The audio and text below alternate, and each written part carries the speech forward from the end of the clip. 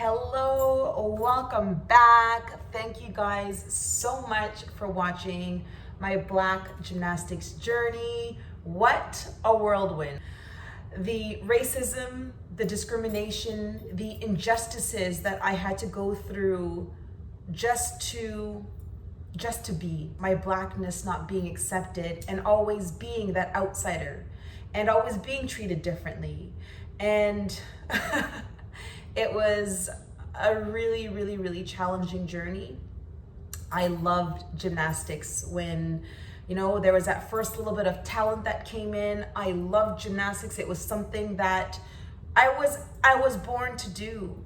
But Ontario and then Gymnastics Canada, as I started to go up higher and higher in levels, really made me hate the sport. It made me hate the sport on so many levels because it showed me life.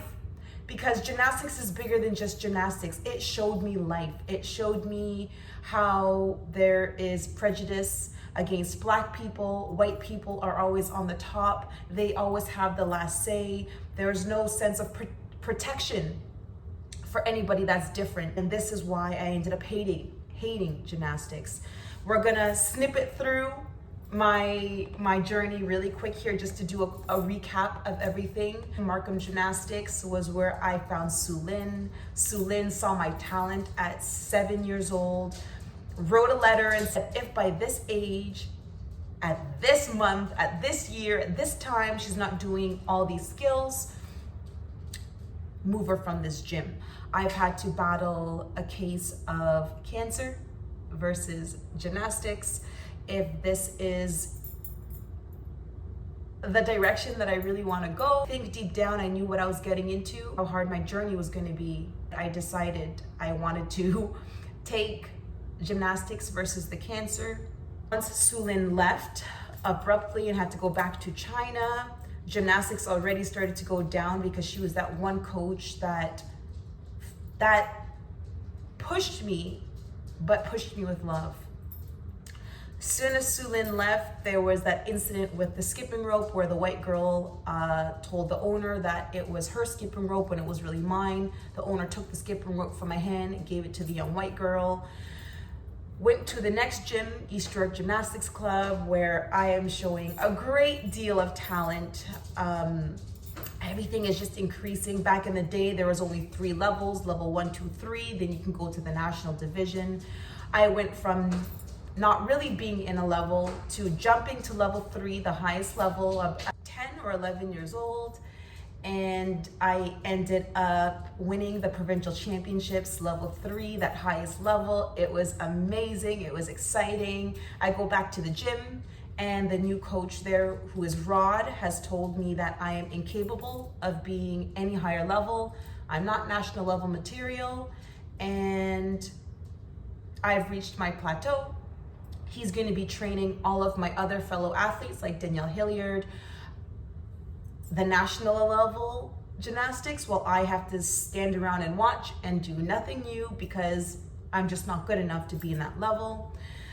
At about 11 or 12 years old, I experienced my first interrogation, being pulled aside, put into a room, have the door locked, sitting in a wooden chair, being chastised and yelled at by Rod in a tiny little room, getting an ultimatum as if it was my choice, that I went to try out at a new gym. I got an ultimatum, I got interrogated, and I got kicked out of the gym at 11 or 12 years old. Didn't have a ride home, had to figure out how to take the bus, never took the bus in my life, and walk home from this gym that was not close to my house. Ended up going to Gemini Gymnastics, which is now about an hour and a half away. My father's starting to take over these rides because my mom's a little bit too intense. She's living too much through me. She's frustrations at home. I'm having frustrations in the gym. I go to Gemini Gymnastics. I meet Elena Davidova and my nightmare gets worse. But she sees some kind of talent in me and gives me an ultimatum. This is where I have that ultimatum of I'm not to compete. I need to get stronger. I need to get more technique. I need to get all these different things. It doesn't matter how long it takes, but this is gonna be a minimum of a year. Take about a year and a half off. I learn about 56 ridiculously amazing national level skills in that 1 year. If that doesn't show talent, I end up going to the junior level because I've missed my pre-national novice because of Rod. I've also missed my national novice because of Rod. And so now I have to jump into national junior, which is a very hard jump.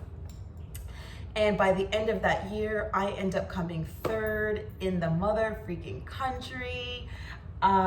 Just outstanding, showing such amazingness. I am so blessed. We are now having to jump into the senior division, which is another very big jump because most athletes get to stay in that junior division for a few years. I'm too old. I have to jump into that senior position. My coach is encouraging me to go to the national open division and not the national senior position because she doesn't want to take this journey with me. Again, when you go national senior, you have the opportunity to go to the world championships, the Olympics, all of these big competitions. National open is still national, but it's an easier level of national.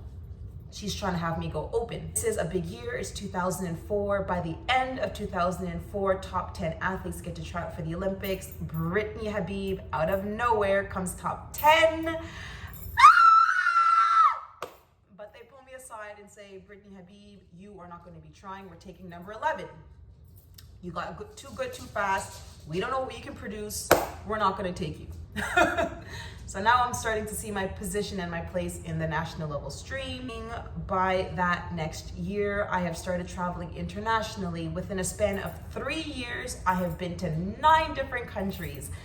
Luxembourg, Ukraine, Russia, Slovenia, Denmark, Australia, Brazil, all over the United States, all over Canada. 9 countries in a span of 3 years, including competitions such as the Pan Am Championships in Brazil, where I came third and competed on a broken finger, at the Commonwealth Games in Australia, where the team got a bronze medal. I was at the World Championships in 2006, and I have placed internationally. I came first overall in Kiev, Ukraine, on the floor exercise, got first place finish, and at all of these international competitions, I'm placing pretty well. I mean, making event finals, making top 8, getting good placements, getting prizes, getting medals. In Canada, my first year making top 10 in the senior division, the second year making top 6 in the senior division, the third year making top 5.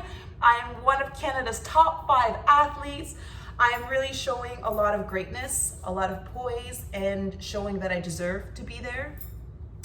On the inside, however, I'm not believing any of this because my team around me is not encouraging this. My coach, I'm never good enough for her. I'm a hassle to train. She's rarely in the gym watching me. I'm training with her constantly yelling at me, screaming at me, crying at me, slamming the door in my face, and saying that I'm too slow, I'm lazy. All of these negative connotations is what I'm hearing every single day. She's treating me very differently from all of the other athletes. They are getting love, support, all of these beautiful things. I am absolutely not getting those things. No matter how good you are within Gymnastics Canada, Gymnastics Ontario, no matter how good you are in general, as a Black woman, as a Black female, doesn't matter. You will always be treated differently. You will not be embraced. You will not be supported. And that is what I experienced from a very young age. Essentially, I was like the LeBron James. I was one of Canada's top athletes, placing, medaling, representing my country. And even within that, I didn't get the respect that I deserved and earned. I didn't get the embracing of who I am as general. I was always being pushed down no matter what. Whereas other athletes were getting that support, their coaches supporting them and fighting for them and not allowing any injustices to happen to them. I didn't have that support system, and I was all on my own with no mental support, no mental capacity, and it was draining. It was hard, and it took its toll. And within that, I had a few very serious injuries. You know, that last nationals where I was doing my round off double back off the beam, missed my foot, landed on my neck, and almost ended my life, essentially. Thank you guys so much for watching my black gymnastics journey. What a whirlwind this has been for me. The racism, the discrimination, the injustices, the broken bones, the blood, the sweat, the tears, the mental capacity that I had to endure on my own with no support system and no coach that was really able to help elevate me on a spiritual, on a cultural, and on a physical level. It was a very hurtful and hard journey for me. I honestly look back and I cannot believe everything that I had to endure. It has made me stronger, and I've made a positive change with this negative energy that I had for the majority of my life. I put it towards Girl Powered, which is a gymnastics and dance meant to build the self esteem and the self love for young black girls.